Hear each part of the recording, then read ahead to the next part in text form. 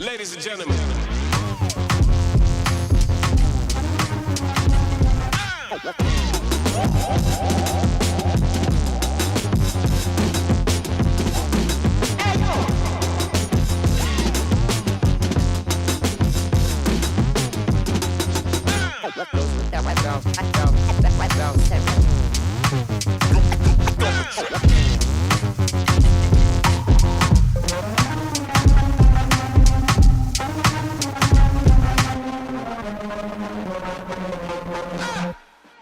Hello, everyone. Welcome back to the podcast, A Lion Among the Sheep. And if you look at who's here today, it's my co-host, Aspen Meadows. Hi, Aspen. How are you? I'm doing good. Thank you. Great. You know what? I'm going to tell you guys, we had such a great response from her the last podcast we did, just the last podcast. People want to hear more from a female's perspective. And Aspen and I talk frequently. And she actually, some of her followers went back on the podcast and reviewed and watched the vulnerability as podcast. Is that correct, Aspen? People reached out to you about the vulnerability? Yes, absolutely. They were very curious about it. They wanted to talk a little bit more about it.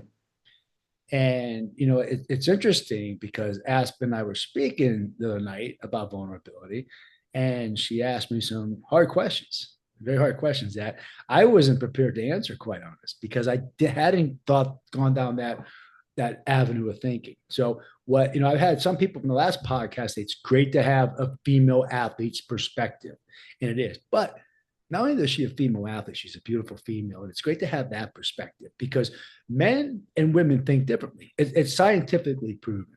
So these podcasts, and Aspen and I have spoken about this together. Not every podcast is going to be an instructive, informative podcast. They're going to be informative, but we want to lead us down a journey. Everyone, the viewers, us, Aspen, myself, down the journey of opening our minds, provocative thinking, open up new ways of thinking, and not always have definitive answers, because life doesn't have definitive answers for the most part. Yes, in science, it's black and white many times, but in life, in psychology, there's not always black and white answers. So Aspen, we had a talk the other night, and I tell you really, I felt like I was up on getting not cross-examined, but being on like a press conference and asking tough questions. So, what's your you saw the vulnerability one podcast. What's your perspective on? I don't know where do we start. I mean, how is it? What's your opinion on being vulnerable as a female? How do you view when a man is vulnerable? That's the first question I want you to answer.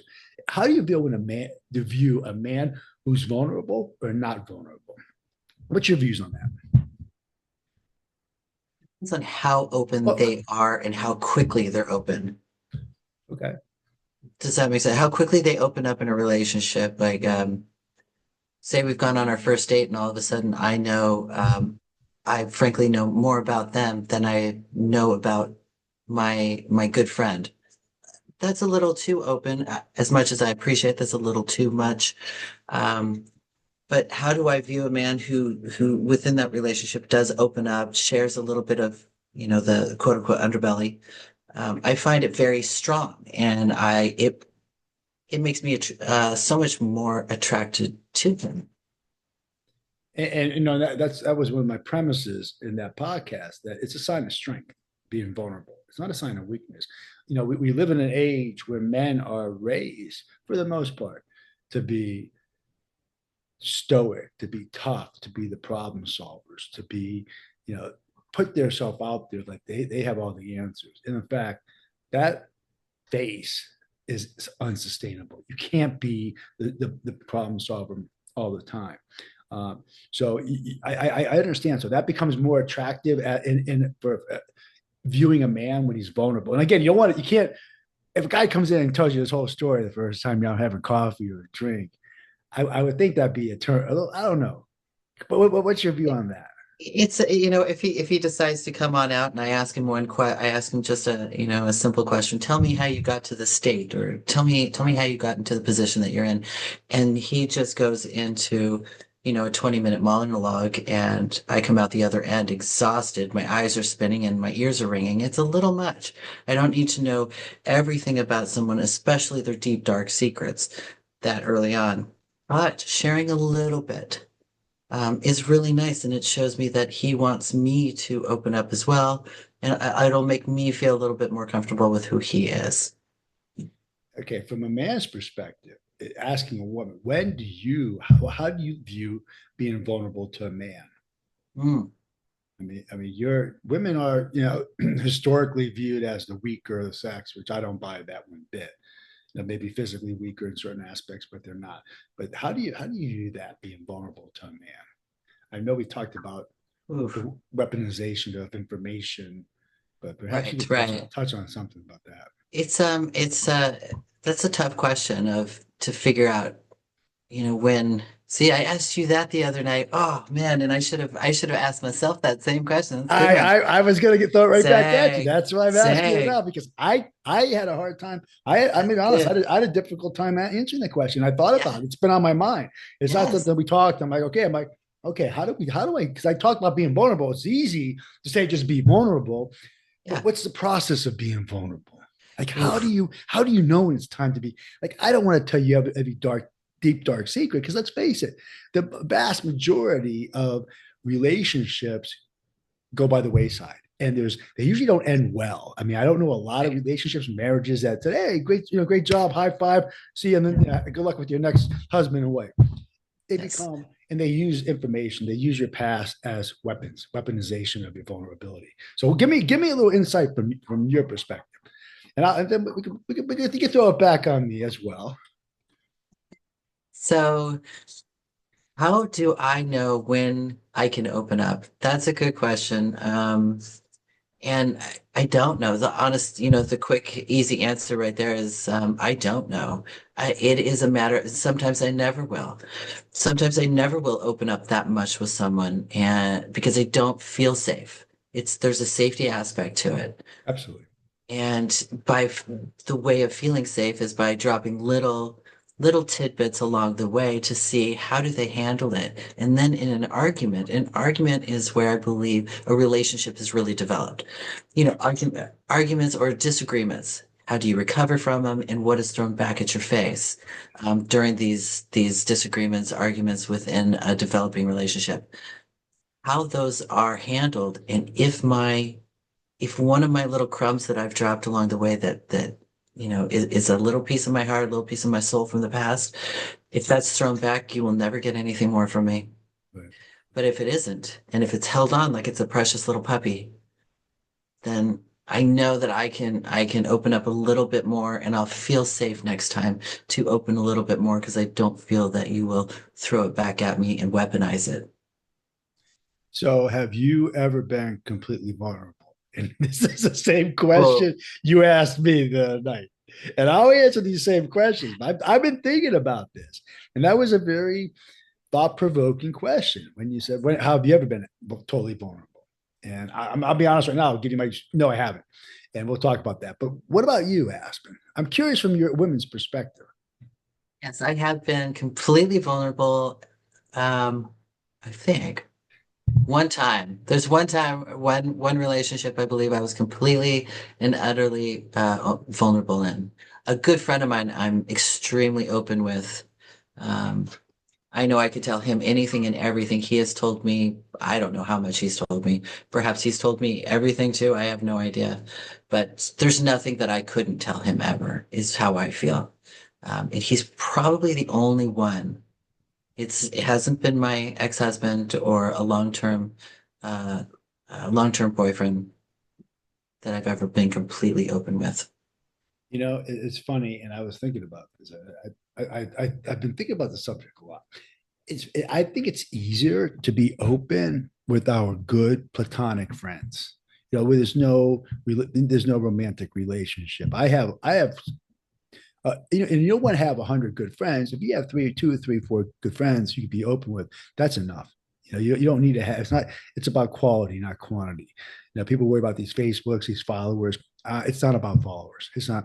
So I just think it's easier to be open because you're talking about picking up crumbs and putting them in that little package. Those Yeah. crumbs that are being collected aren't going to be thrown back at you if they collect it someday. And it always was worrisome to me being in a romantic relationship that seems like it's heading towards a permanent situation, marriage, and then having it go fall one way or the other, and then all those crumbs are being tossed back at me like daggers.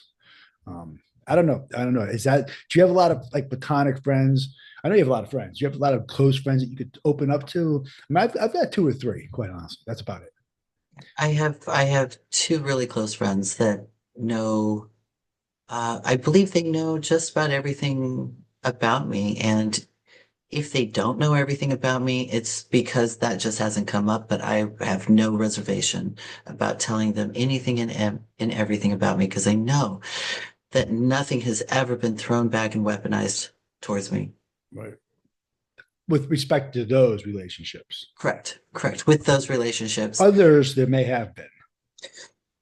Yes, and those don't get those get a very surface level Right. part Right. of who I am. So there's different levels of vulnerability, and there's a certain point to where I don't go past generally. And I just think in this day and age, it's people, with all the social media, the information's out there about everyone. People really don't get to know everyone. At very deep, they get to know by Googling and seeing on Facebook. They think they know you. Yes. Listen, I know so many people, and you look on my Facebook, and so it looks like I have a great life and everything's perfect. I'm not perfect. By the way. I've got the same fears, the same doubts, the same insecurities that every single man, woman has, and no one's different. So I'm not, I don't try to paint this phenomenal picture. That's why I'm doing these podcasts. I think I want to make sure, and we talked about this, Aspen, people realize life is not this just wonderful, perfect world. It's life.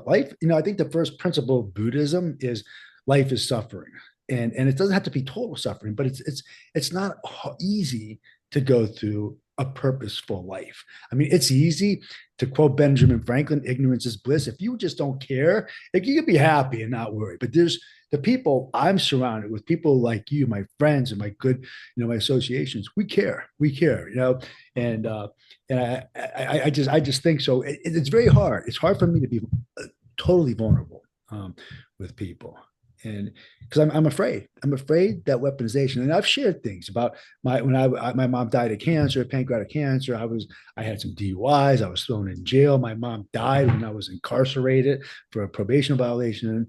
And I've had, so when people look at me and say, "Oh, you have it all," I don't have it all. I present myself and I'm confident because I've gone through hell. I've gone through the fires of hell, believe me, and I've come out tempered. I've come out a different person. I've come out a better person. And people say, "You're so happy." I'm happy to a point. And I'm sure I told you the day, I have my moments. I was in a funk the other day, but you know what? I might get out of this funk and go for it. But as far as vulnerability, it's so hard for me. That's why I forget, even I told that story before on the first podcast because someone mentioned to me. I said, "Did I say that?" It's like, whoa, I don't know.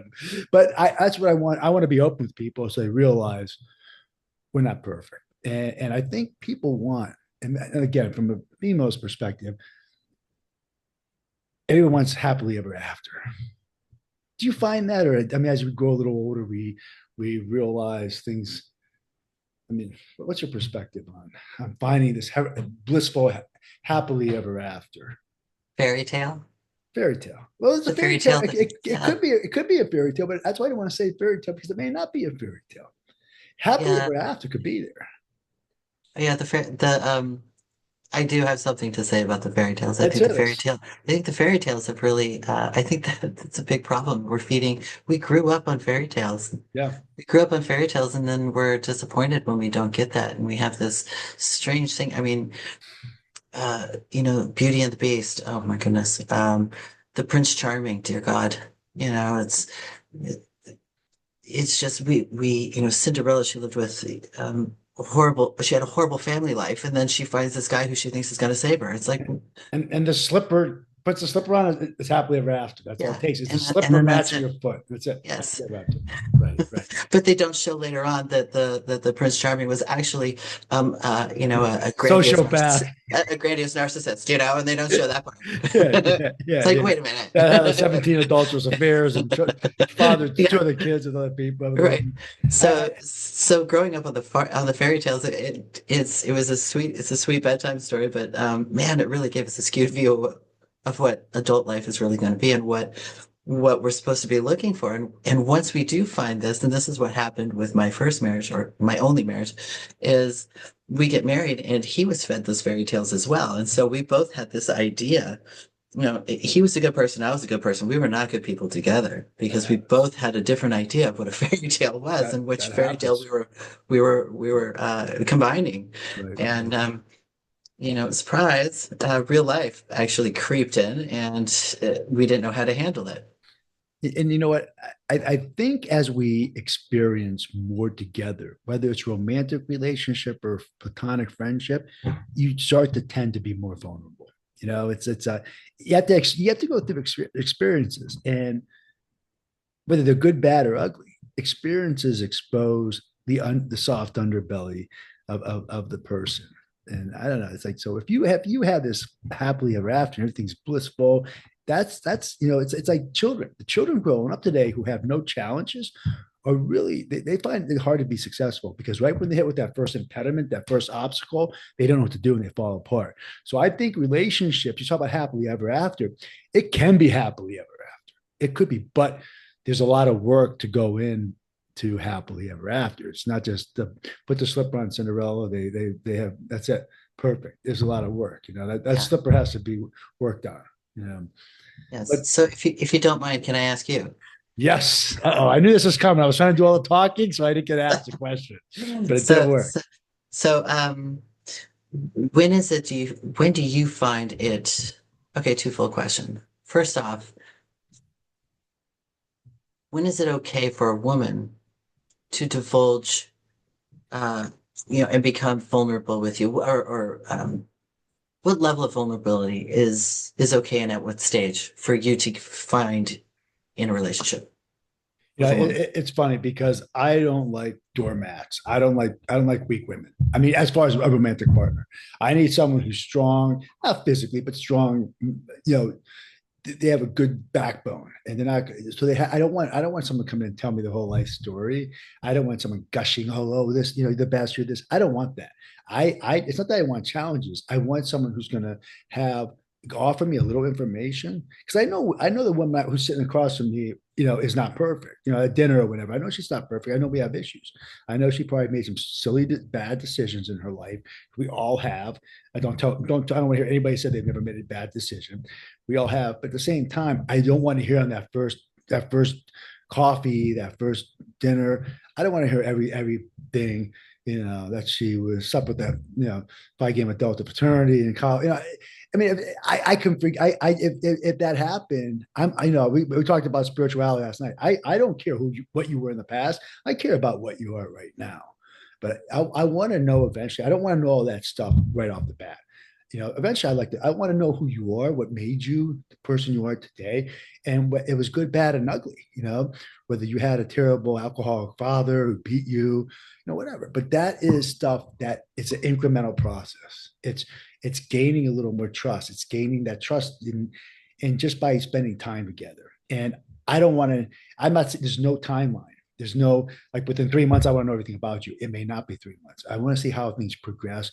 But if someone comes in, if I'm on a date, if I'm getting to know someone in that first, I hear everything about the whole history.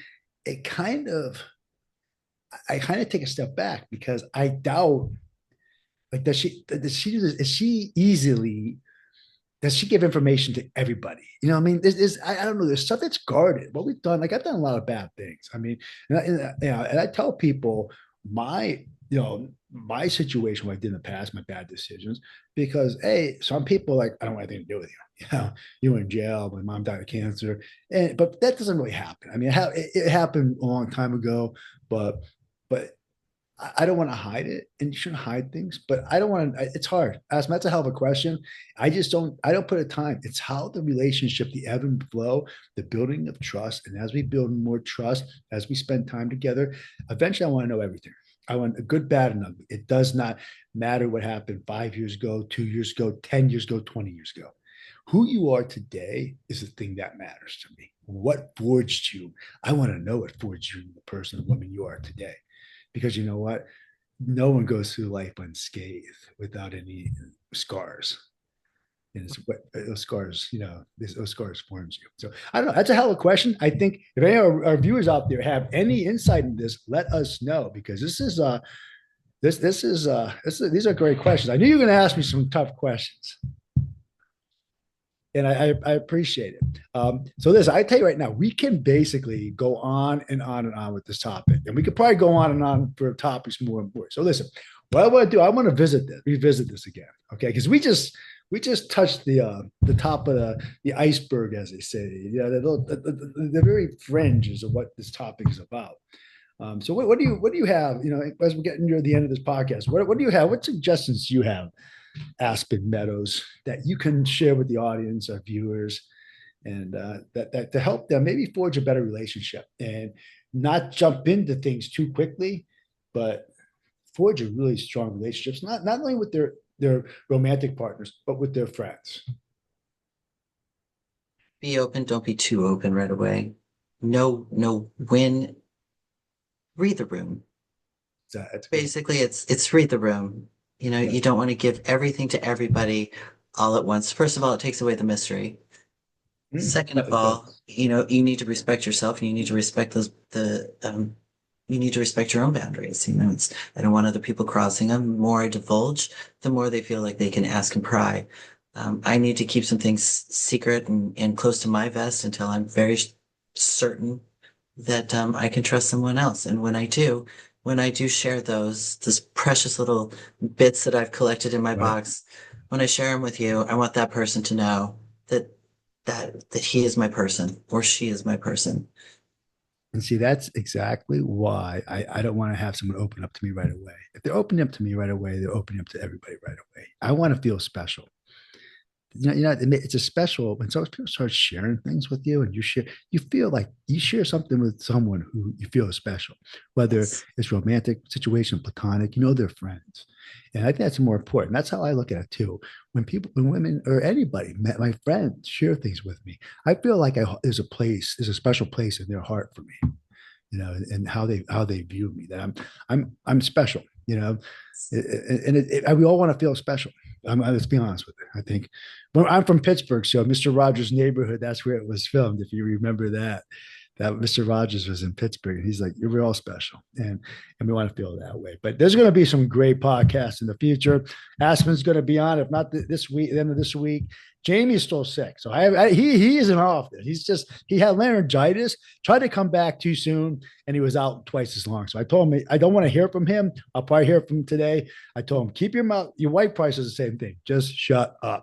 No, but Aspen, again, thanks a lot. I love these Thank you. conversations. I love these conversations. I hope you enjoy them as much as I do, and I as do. much as I'm glad, and as much as our viewers did. So listen, if you like what we're doing, hit like, subscribe, share it with your friends. I want comments. If you guys have any comments about how we should take this discussion, what other topics under the umbrella of vulnerability you'd like us to discuss, I appreciate it. So Aspen, again, thank you so much. And you guys, God bless. And we will see you at the end of the week. 0, 1. Let's get started.